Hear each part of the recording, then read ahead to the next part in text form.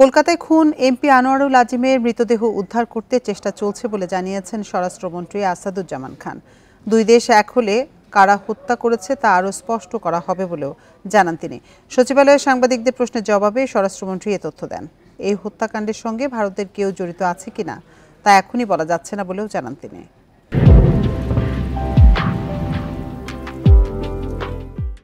সুনিশ্চিত হয়েছে তাকে হত্যা করা হয়েছে।